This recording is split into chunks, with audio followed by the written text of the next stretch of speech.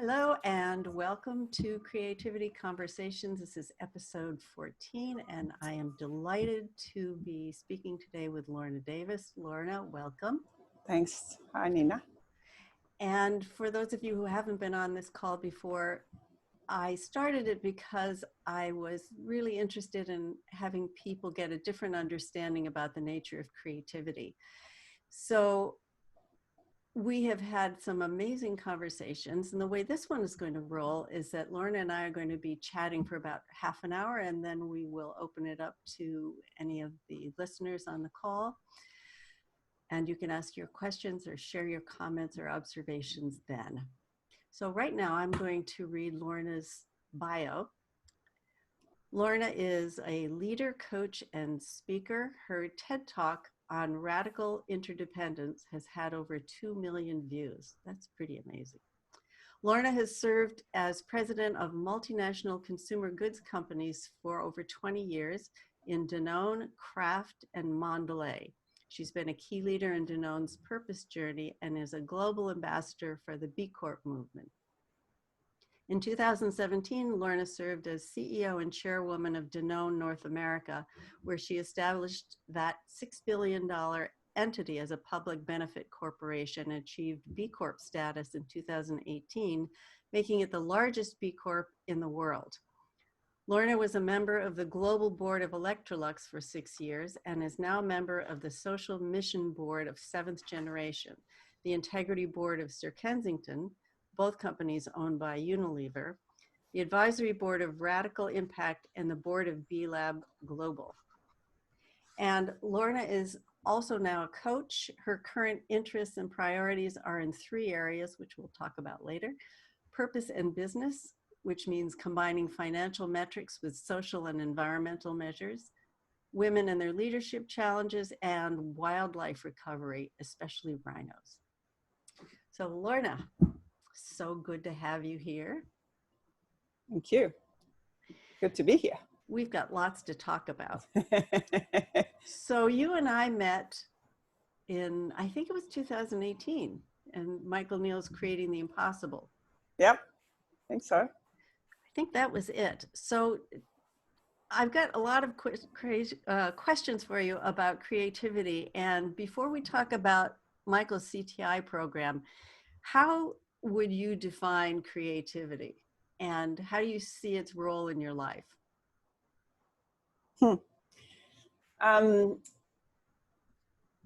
I guess today I see creativity as the ability to create something from nothing.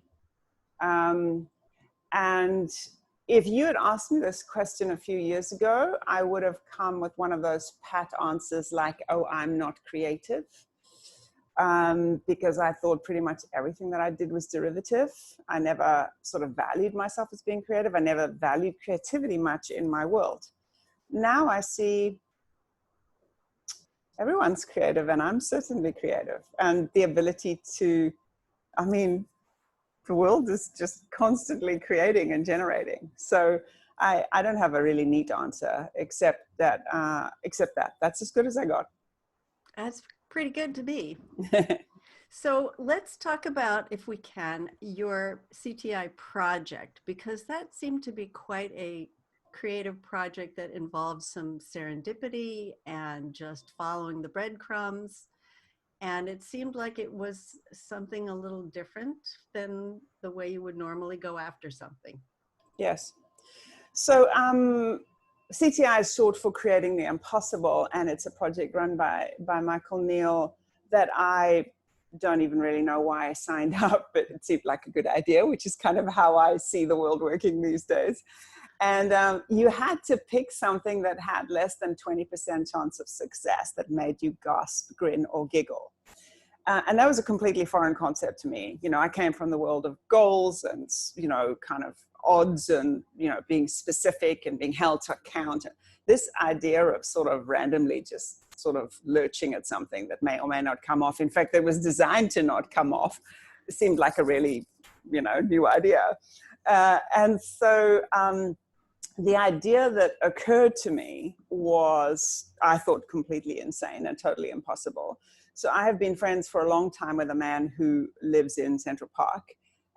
He has slept there for many years, used to be an addict, and round about 17 or 18 years ago had, I guess, what you would call a moment of grace, where everything changed for him and he gave everything up, and couldn't really understand what had happened to him until he discovered Eckhart Tolle, or Eckhart Tolle, I don't really know how you say his name, and has subsequently become a huge devotee of Eckhart Tolle, whatever. And so I thought that it would be very cool to have Eckhart Tolle come to Central Park and meet him. Of course, I don't know him. I wasn't even really a fan myself. So I thought, well, that's crazy, but it kind of made me smile. And the reality was that 3 months or so later, that happened. Eckhart Tolle did come to New York, and he did come to the park and met Armando. And so that whole journey completely changed. It changed. I'm going to get emotional. I changed my life because I saw how differently the world works than I thought it did. I used to think that the world was about me imposing my will on it, forcing things to happen. And, you know, I used to say stuff like, if it's to be, it's up to me, and all this kind of stuff. And now I see that the world is just an extraordinary partner, and that it's a dance between me and creativity, the universe, wisdom, God, whatever you want to call it.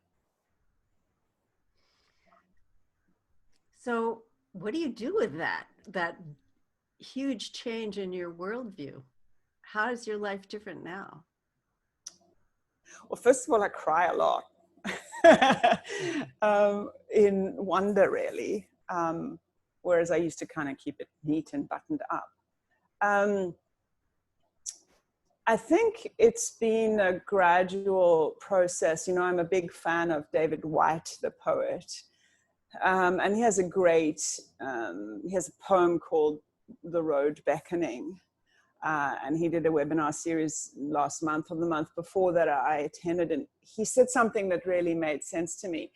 He said, you know, we are always becoming something new. And yet our mental idea of who we are is out of date, it's old fashioned. And it's actually resistant to this new us that's becoming, that is effectively a stranger. And he uses the story of the Camino de Santiago de Compostela in Spain, and says when you're on that kind of pilgrimage, you don't actually use your name. You use the word pilgrim. You call yourself pilgrim, you call other people pilgrim, because, excuse me, as soon as we say our names, we lock ourselves into a historical perspective of who we are.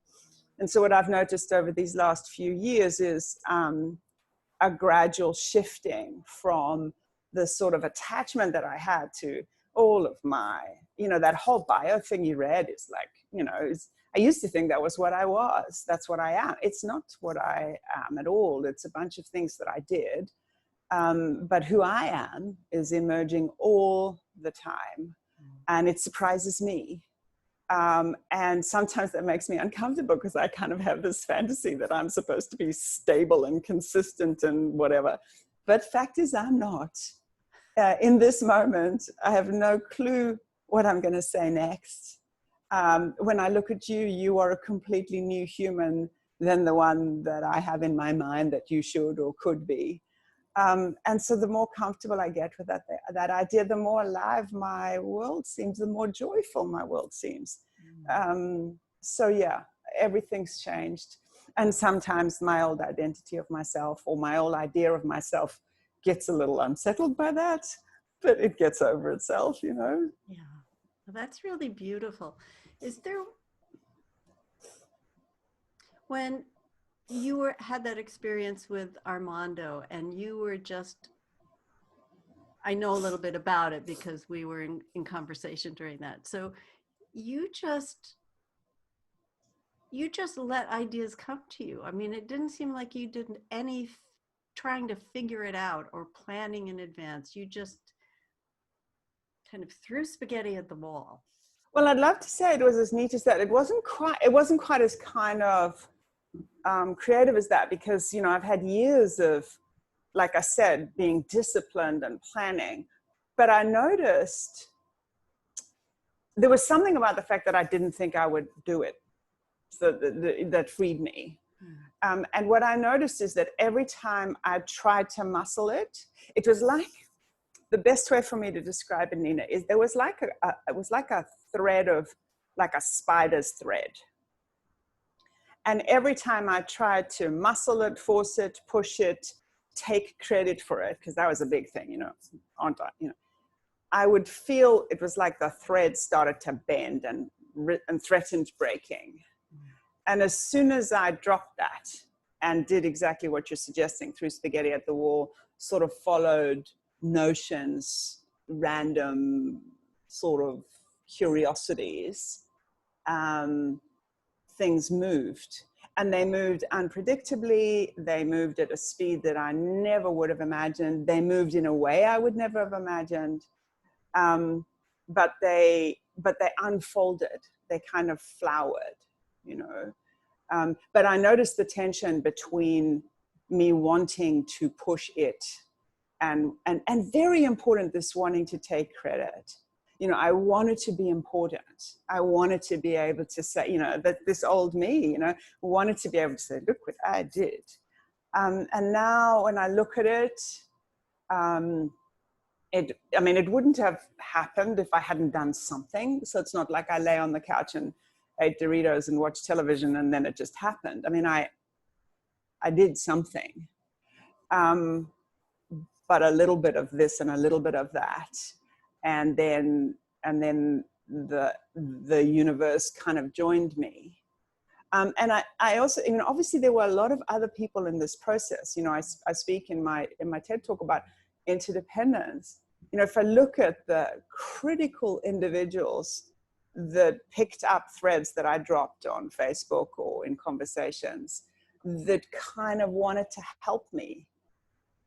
Because I think that's the other interesting thing about it is I've noticed that in the time since is that if I'm in the pursuit of something sort of small-minded and mean-spirited and or small and sort of self-centered, the world doesn't work so well like this. But if I'm in the service of something that feels big and important, then other people want to help. They want to kind of join in.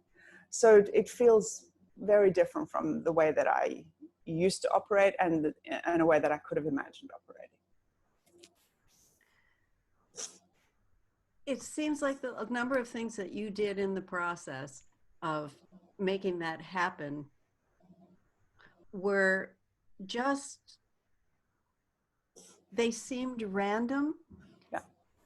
But what you're saying about not having anything on it and being curious sound like very different ways of operating than what you were used to doing. Very. So I'll give you an example. So, and this, it's a really interesting sort of notion around identity. I'm conscious of how I have these kind of statements that I am this and I am not that. You know, I have all these theories about who I apparently am. And one of the theories that I have is that I am not a writer. I don't write.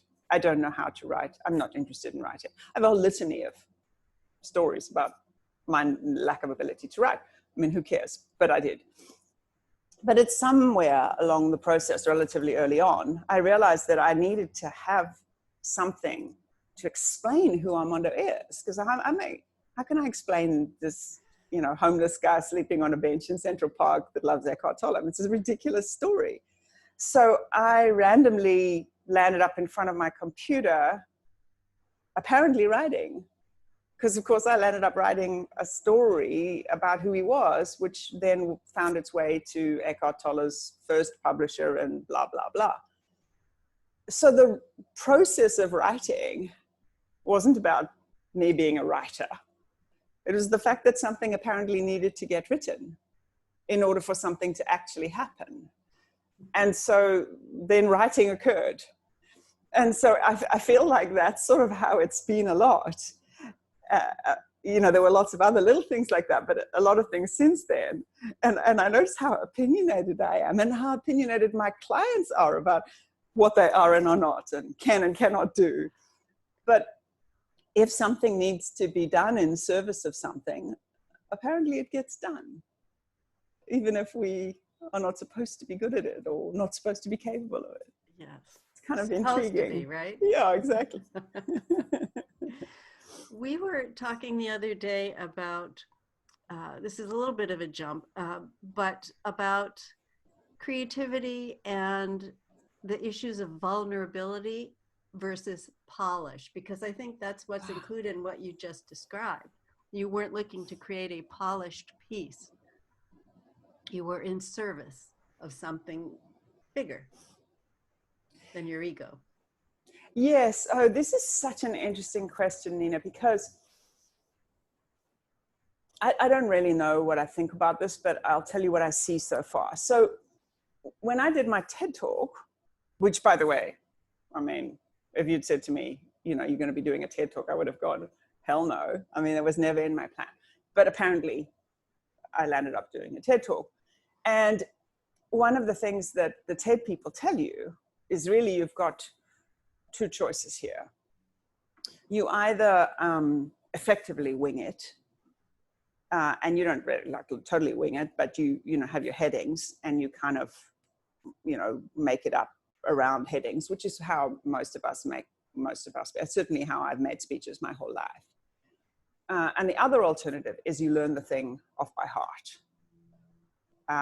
They call it happy birthday good. So good that you don't have to think about it, just like when you sing happy birthday. They tell you do not get stuck between these two things. They call that the sort of desperate you, which is where you start learning it and you've half learned it, but you're not that good. So then you really look weird and stilted. So I thought, well, gosh, I've never done this before. I'll take their advice. I've never learned a speech ever in my life, but I'm going to do happy birthday good. And I did. I mean, I could do that speech standing on one foot listening to Taylor Swift's album Lover, which I know off by heart as well now. Because I'd never done it before and because they told me that was a good idea and I thought I'd give it a go. And what I discovered is that there is a new freedom on the other side of that kind of discipline. So that was actually really hard work for me to learn that thing. And I don't know how, if anybody listening to this call has, does that routinely, but most of us don't learn things off by heart. But it was so wonderful on that day to be able to stand up in front of people knowing that,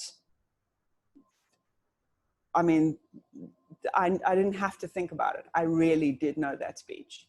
And I made one little blip in the middle, but that wasn't a problem. And so I did learn, I think there's something to play with now. That's what I'm kind of exploring now, is how much preparation is enough, and for what circumstance. So in this particular conversation, which is my favorite, because it's just you and me, I have no clue who's listening to this, and I'm discovering what I think about things as we go along.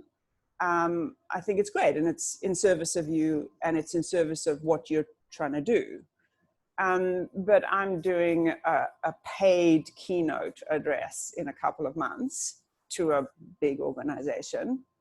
And I don't know that I feel good about just standing up in front of them for an hour on Zoom and just kind of, shooting the breeze, because a keynote has a different sort of flavor. And so I'm going to kind of play with this because I want to do lots of pre-work so that I understand who they are and that I'm genuinely in service of them. And, I see one of our mutual friends, Nico Oliveri, posted the other day that we should look in the mirror less and look out the window more. And I just have loved that expression, that every time I get caught up with myself around what I should and shouldn't do, it's effectively looking in the mirror, because all it's about is what will people think of me, and the reality is they won't, because nobody does. But if I look out of the window and I look in the direction of what I'm serving, and in this case it's the people in that company, I will know when it comes close. I will have done enough work with them to understand who they are and what they want, and I will do the right amount of prep. And maybe we'll talk afterwards and I'll tell you what the right amount of prep is, but I don't know what it is right now, and that's okay with me. So I think there's something new to see in this space, and I'm sure it'll unfold in the months ahead. So in terms of creativity and really being open to whatever it is that is going to come through you, whether it's at that keynote or something else, it sounds like those issues of vulnerability versus polish can really get in the way. If I'm spending too much time, how do I look? How does this sound? Can I stutter? Can I stall? And that I think is a big stumbling block in the process of trying to let something new come through. Because it's so involved. Yeah. I mean,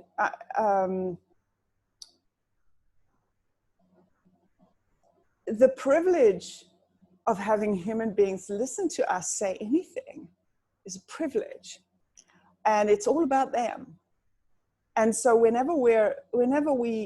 we ever get anxious or nervous, it's because we're making it about us, period. As soon as we think about the other people, everything changes. And so I think the process of,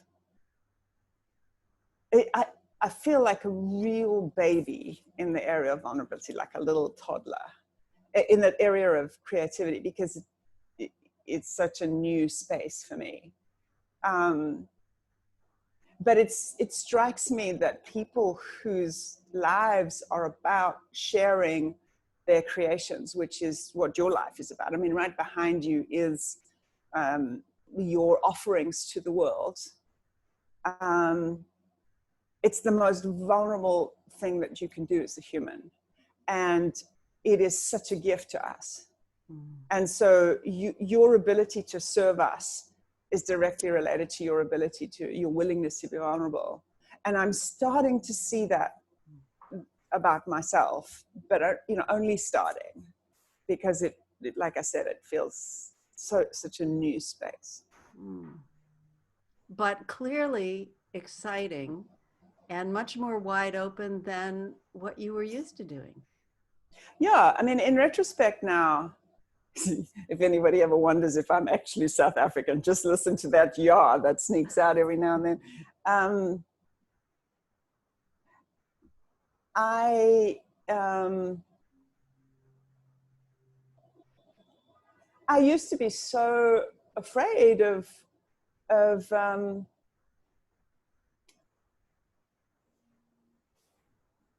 used to be so afraid, period, of so many things. And so I tried to kind of like numb down a lot of my fear. In a bless myself, it's such a sweet attempt at kind of trying to be okay. And now it seems such a ill-conceived attempt at trying to be okay. It's so much more fun to just to be alive to it, to be alive to the mystery of what's going to happen next, and so this sort of illusion that I had before of safety, because I used to kind of plan and prepare, and it was like a sort of a weird daymare as opposed to a nightmare, just like a way of living in a weird nightmare. Yeah. It's really how it seems to me. Everything feels so different. Yeah. That's a very powerful statement. And, I was thinking as you were talking that I was listening to a talk by Liz Gilbert, who said, when it comes down to it, the only thing that is stopping people from doing new things is fear. Whether it's fear about how am I going to look, Is this going to come out right? Will anybody like it? Does it matter? Well, yeah, well, yes. And what's interesting to me is, so, on the subject of creativity, a group of my buddies and I, fellow coaches, we're running this program called Finding Comfort in the Uncomfortable, which if anybody wants to sign up, please feel free. tinyurl.com/2020 comfort. But what I'm seeing about that is how irrelevant fear is. So yes, I mean, fear can stop you.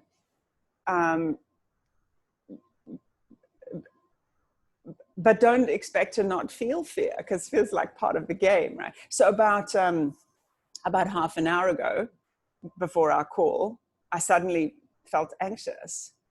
And I thought, oh, interesting, I'm anxious. Oh, I know.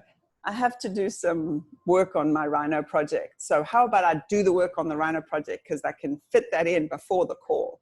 And I got so involved in my work on that I didn't have time to be anxious.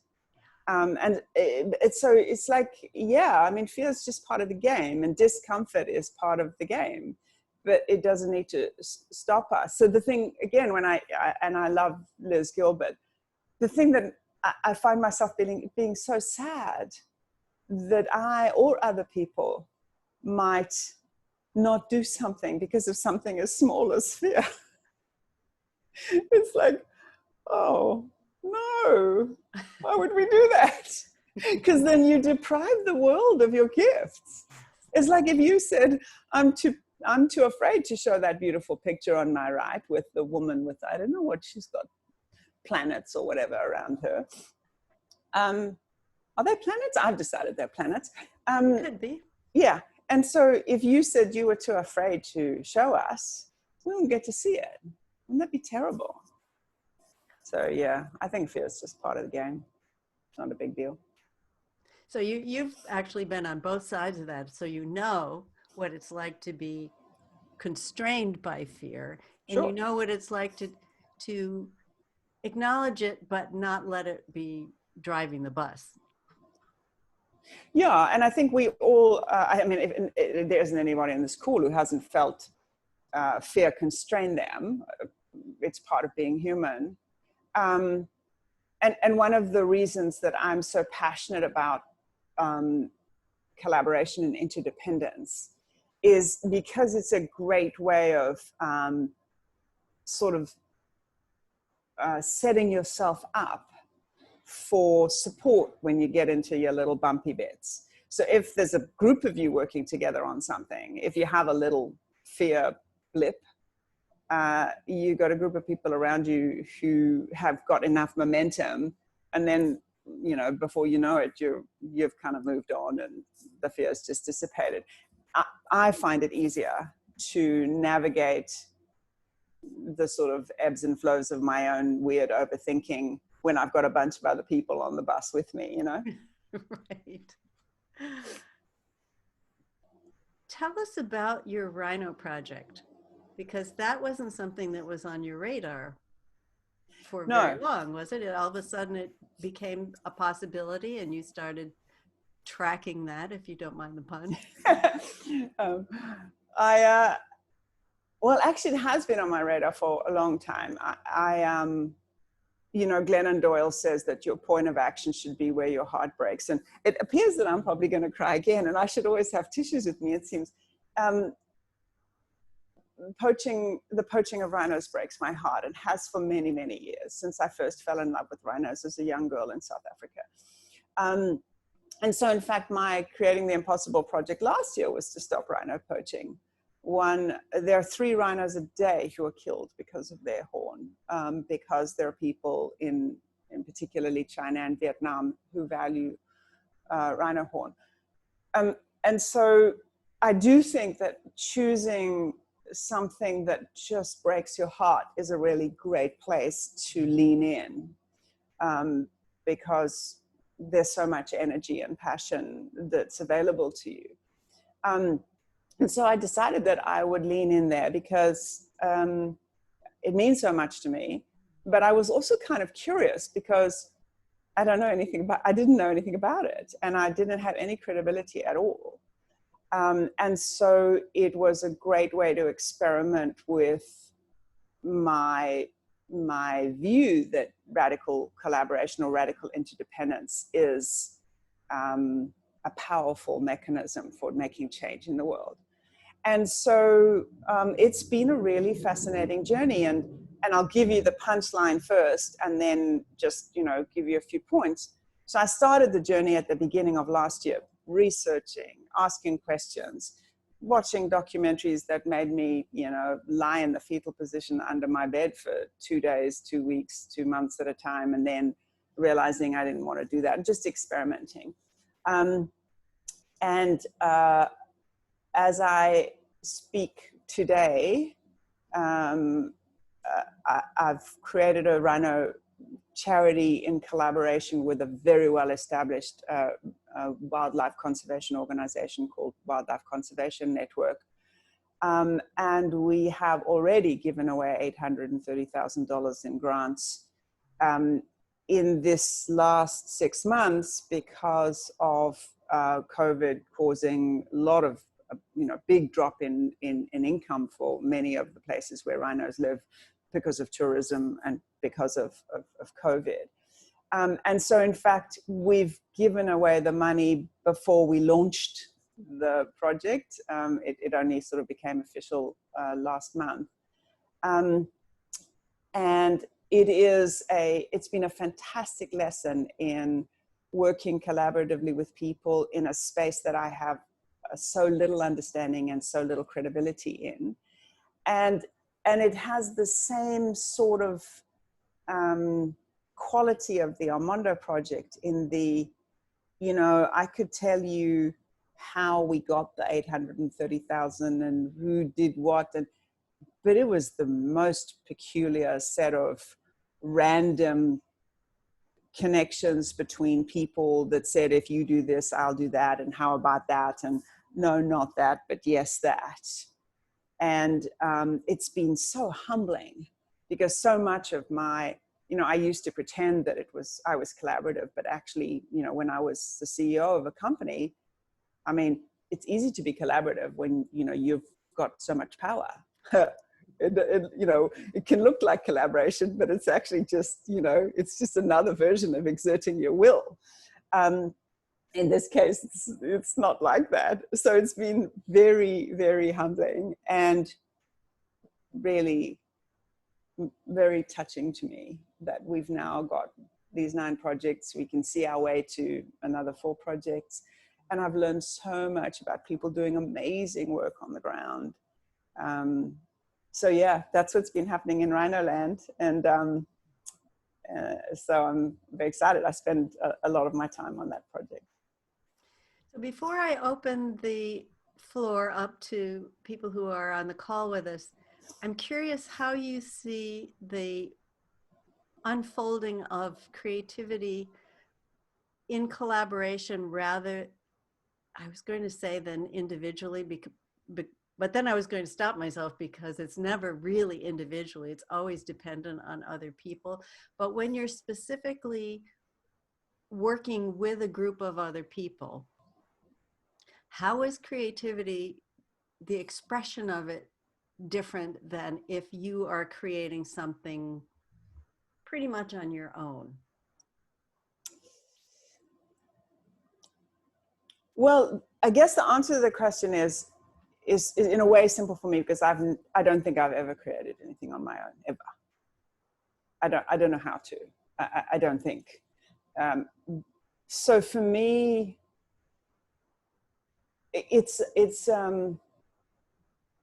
I'm reminded of the quote. I seem to be very poetic today. I'm reminded of the quote by Mark Nepo, the poet, who said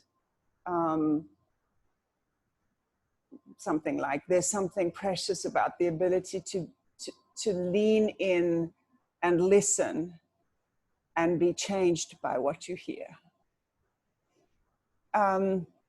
So there's something about being with other people and listening to each other. So much of it's about listening. like listening to each other. I guess it's also about listening to yourself, but it's about listening to each other and then being changed by what you hear and then using that as kind of a springboard to the next thing.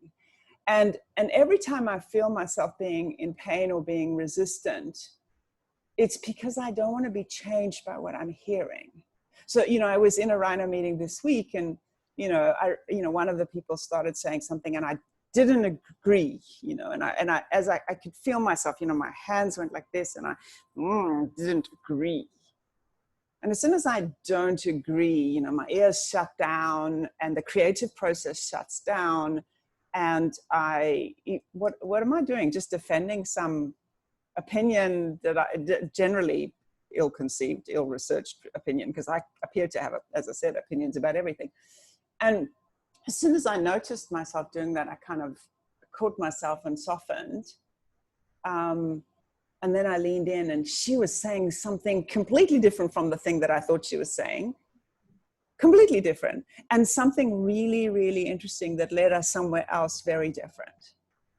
And so that kind of dance, I don't think there's anything more exciting than that for me.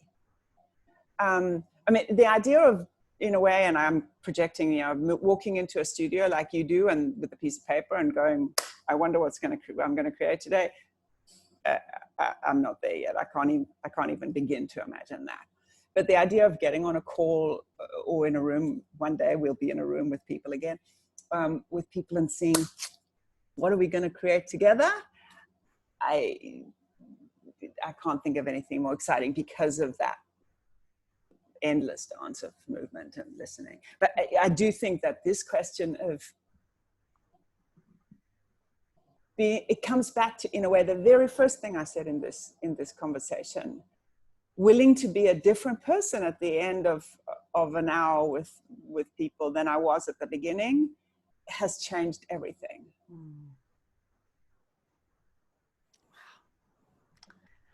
Beautiful. All righty, let's open it up to any questions or comments from people who are on the call. You can raise your digital hand and I shall graciously unmute you.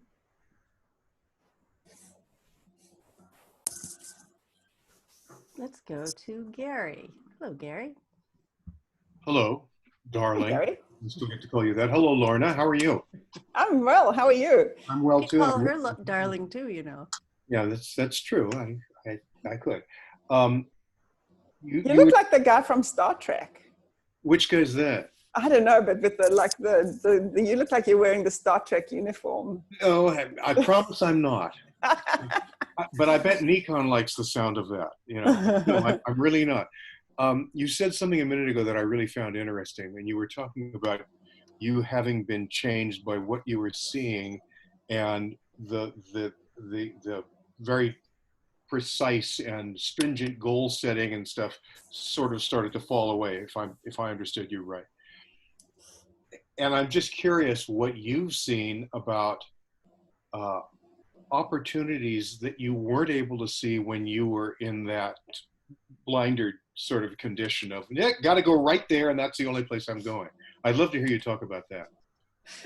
It's so interesting that you say this, Gary, because I see a few things. I'll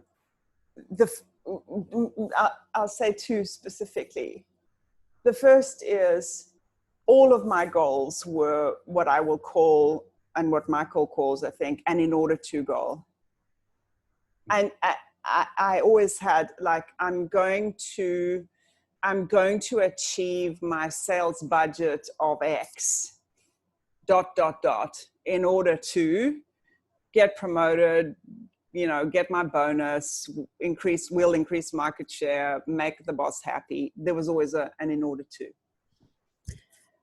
And I've discovered that in order to goals are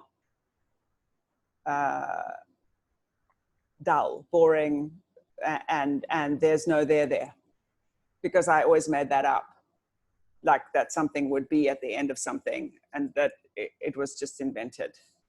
And so in order to goals, by definition, are a waste of time. And I hear them, you know, I've got a client at the moment who's looking for a new job, and I just hear, you know, I'm going to get this job, and in order to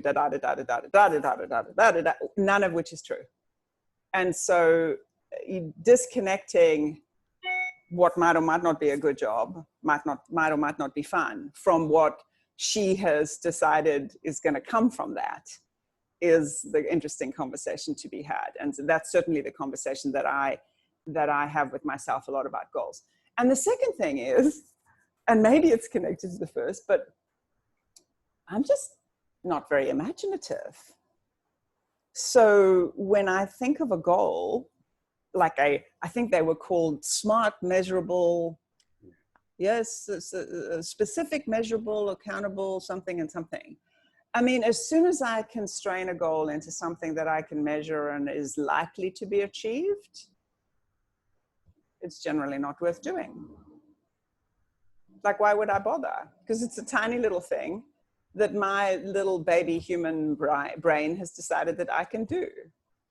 And so it's so dull. Not dull, it's tiny because I haven't got the imagination. When I decided that, you know, it would be cool to stop rhino poaching, I mean, that's ludicrous. I mean, that's not a goal, that's a dream, that's a fantasy. I can tell you that the path that has unfolded as a result of this dream has had more impact than I could have imagined whereas if I had tried to turn it into a little goal, it would have been puny. So I think that's as good as I've got. And I think, and I'm kind of almost embarrassed to say it, because if you asked me this question 5 years ago, I would have given you this whole long story about how I'd achieved so much of my life by being disciplined and goal-oriented. And it's nonsense. Yeah.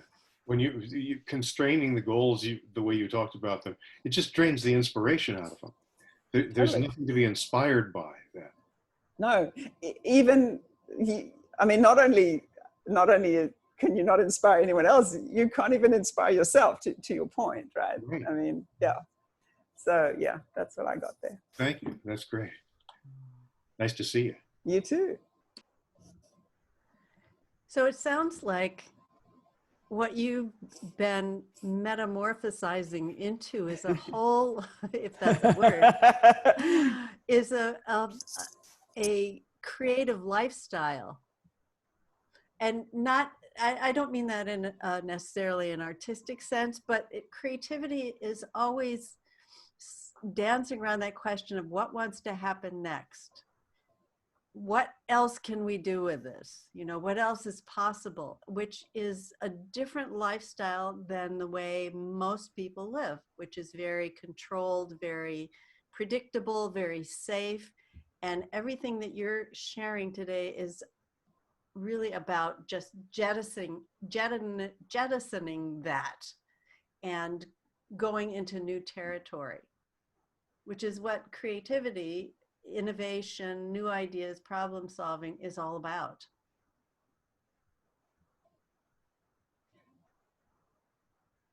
Yeah, it's interesting. I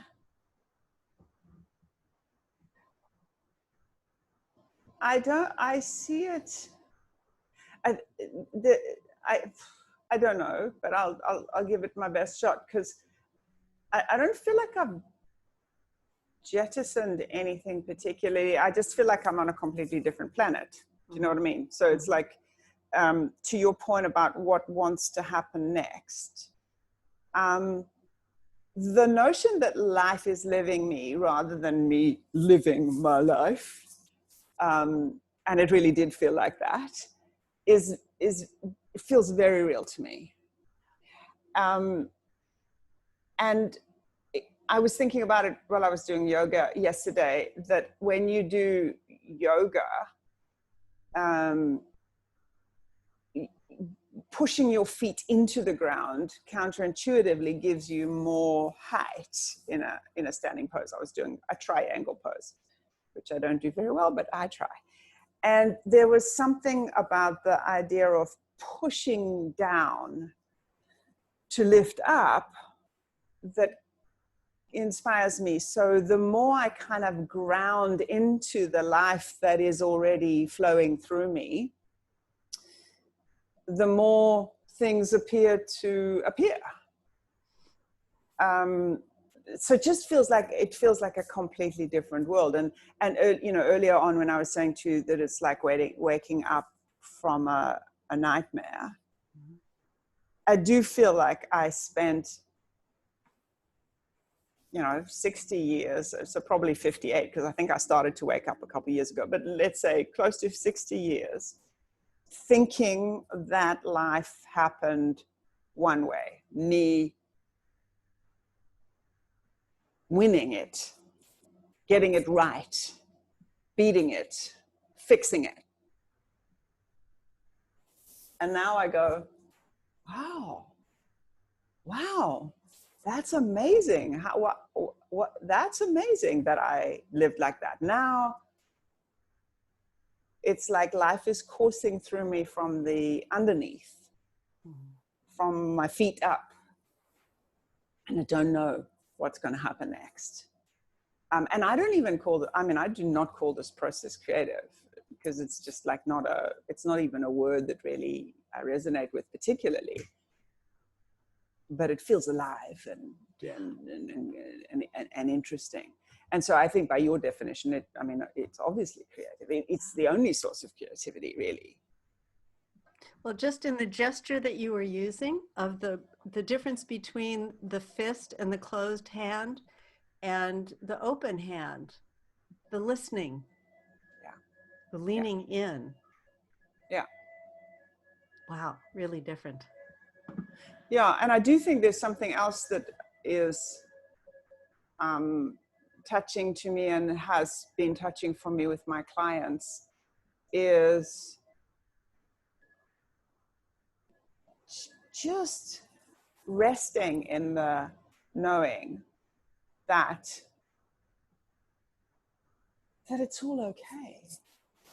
I mean, it seems really simple to just say that, but for close to 60 years, it never felt like it was okay. It felt like it was broken and I had to fix it. And if I didn't fix it, that something bad would happen. And I see so many other people operating from that place. And now I know in my bones, that's not how it works. The system can be trusted always, even when it feels weird. It's so much gentler of a way to live this way. Yeah. Lovely. Let's go to Nikon. Hey, Nikon, you're awake. Maybe. Hello, darling. How are you? Gary can't say what I can. Hello, darling. So nice to see you. You too. And, you can't steal my thunder with Gary. I have my thing with him where he looks like Mr. Clean. Like, I'm still rocking that. Shout out to my homeboys, Martin and Rob Cook, keeping it real, helping me keep it real. So I love your talk. I love everything you're saying. And I think I remember in your bio that you also worked a lot in China and Asia, with leaders in Asia. And I'm finding myself more and more working with them. And I'm just curious, like if you could give the leaders here, given what you know about Asian culture and the way our premises are set up, like that's the best way I know how to describe it. What kind of gift would you give to them?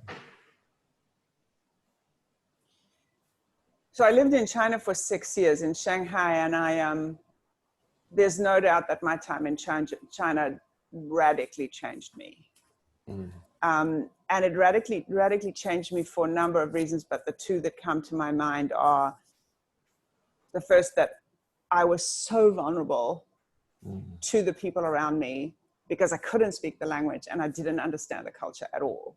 And so that ability to lean in and lean on people changed my operating style. So I couldn't do this thing because I needed people.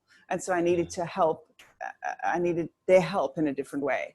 And so that really created a vulnerability that I had never had before. But the second thing was that I had never operated in a place where the premises were so very different.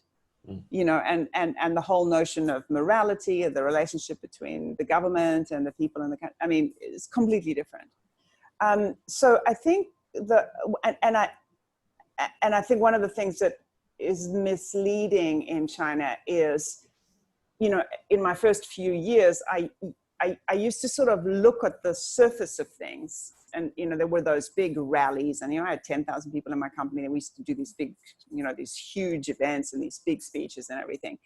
And on the surface of it, it looks like that's where it all happens. And in fact, it looks like that when you see the way the governments operate and so on. But the way it all really, really happens is very differently than that. Much smaller, much more local, much more listening. And so I think, and one of the things that I think is impressive, but, and I can only speak about China really, Nikon, because I haven't worked in the rest of Asia particularly. Very similar, I promise you. That the ability to genuinely listen to each other and to understand the vibes that are happening below the surface is such an important part of leading. And so I think that making sure that you don't misunderstand the big game for being the real game, which is the day-to-day. Secondly, I tell you, Chinese women are the most underrated single group of people that I've ever dealt with. I learned when I would walk into a room that I would look around the room for the quietest Chinese woman in the room. And she almost always knew more than the rest of the room together. So there's a big gender thing in Asia. And I think that we misunderstand, ignore those dynamics at our peril and underestimate women at our peril. So I would really spend a lot of time on that. And I think the third thing is language. I said this in my TED talk, but I say it again, that so many people in Asia speak such good English.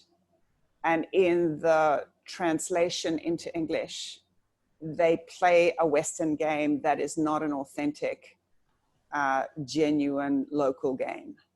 And so the more that we can have our conversations in local language, even if it takes a whole slew of translators, the better, because you see the genuine personalities, characteristics, strengths, and capabilities of people when they're operating in their own language. So that's all I got on that subject, Nico. That's incredibly impactful. I'm giving a workshop for a company tomorrow morning, so I will relay your message. And I totally agree about the quiet Asian woman. That is true in all Thai corporate companies I worked at. And that's the first person, if I want to know what's the deal, that's the first person I find. It's not the head guy, it's that lady. And everybody knows who she is too. Yeah, exactly. And interestingly, these big meetings, you know, they so quiet, but one-on-one, like that's where they'll tell you everything, you know. So yeah, it's good. I look forward to hearing how it goes tomorrow. And also, I learned this from my African friend from Benin last night at a talk, and he comes up and he says, "I want to testify." And I like to testify to Nina's creativity, her excellence in her hosting and the people she brings on and the conversations she has facilitated, and how much opportunity you've given me to get to know my heroes like Lorna and Steph and Marina better through this venue. And I just wanted to thank you very much, Nina. Oh, thank you. And you are also my darling. And you mine. Isn't that a great word, testify? Yeah. Yeah, like he showed up like in our super fail. He's like, I asked the audience, do you have any questions? And Dr. Roland shows up, I want to testify. And then I was like, I don't know where this is going. And like after he does this amazing kind of reflection of me, I have a question. And I was like, and I've learned that from him. So yeah. Nice. Love it. Thank you, Nikon. Mwah. Let's go to Martin. Martin, hello. Hello, Nina. Hi, Lorna. Nice Hey, Martin. nice to meet you on here. You too. Nikon, I appreciate your shout out and best of luck to you tomorrow. Me and Nikon had a conversation a few weeks ago, and it kind of tied into what you were speaking about here. So I wanted to see if you could maybe go into it a little bit further. Nikon kind of challenged me to live and kind of go about my coaching business without fear. And I hate to admit to him on this call and to everyone that I haven't exactly been doing it. And I just wanted to to kind of hear your perspective on that about, I guess, becoming more vulnerable and sharing and doing more things despite the fear, because that seems to be coming up a lot over the last, especially since he challenged me. Well, it's so interesting because I don't think that it's possible to live without fear. So I don't know about that, but just hold on a second. I need to speak to my dog. Stay there. Bye.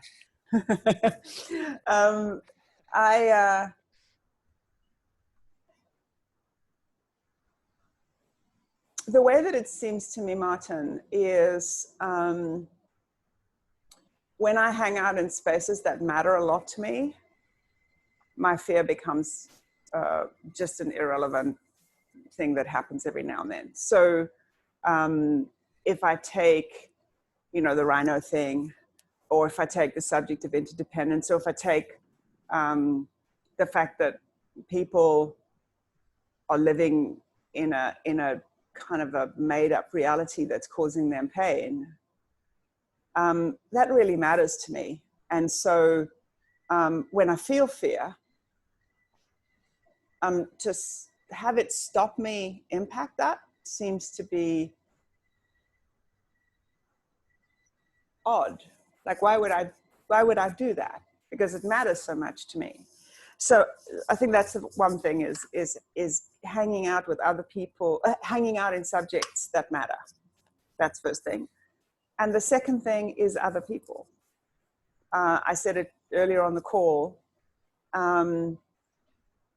I personally prefer being in projects with other people because as I go through my own weird feelings of fear and inadequacy, which come and go as they do because we're human, it just helps me to have other people in the same boat with me because we kind of egg each other on through the difficult bits. And so the question is, is Nikon one of those guys who's egging you on through the difficult bits? He could be. Is it your coaching practice, your singular, or is it your coaching practice, plural? Your coaching practice wouldn't be a practice without your clients. So who are they in this? And how can they be part of your game rather than you doing to them, are the kinds of things that I would be asking. And I think on the subject of coaching in general, I realized that I had all sorts of invented ideas in my head about what a coaching practice is. I have no clue what a coaching practice is for me. I know that there are some people with whom I have conversations that apparently I call coaching. And some of those people I apparently charge and some of them I don't. And it seems to me just about as basic as that. And so it seems less scary when I don't call it a coaching practice. It just seems like a bunch of conversations that add up to a week of conversations and then add up perhaps to a month of conversations. So I don't know, and none of that seems scary. Whereas like having a coaching practice can occasionally perhaps occur as scary. So that's all I got. Yeah, I like that. And it's funny you mentioned that. My my whole family today, they said that I'm Martin. I have a call, Dara. And so that kind of releases a lot of it. That's true. That's true. And this is a call. This is one of the calls. They have no clue what you're doing, but you have a call. Oh, that's funny. Thanks, Martin. Yeah, thank you, Nina. You know how much I appreciate you and everything that you do on here. So thank you again. Oh, you're welcome. Well, that was fast. We've come to the top of the hour. Oh, cool. Thank you Lorna, so much. Oh, my pleasure. Any last thoughts, as well as where can people find you? They want to get in touch with you.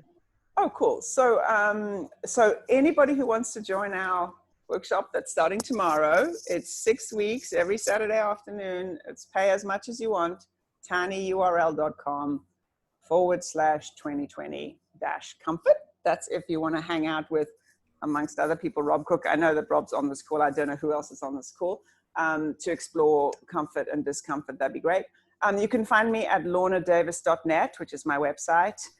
You can find me on LinkedIn relatively easily by searching me. And I'd love to have a chat. I could be Lorna, I have a call Davis, with anybody who wants to call me. And your TED Talk is on YouTube. Well, it's on the TED website, and it's also on YouTube. So just Google Lorna Davis TED and LORNA DAVIS without an E, and you'll find me. Sounds wonderful. Thank you so much. Thank you. Love having you on the call. Thank you so much for doing this series. I look forward to listening to some of the ones I've already missed. They'll all be up and waiting. Great. Thank you. And Thank thanks, everyone. Thanks, everybody. Thank you, Nina. Bye-bye.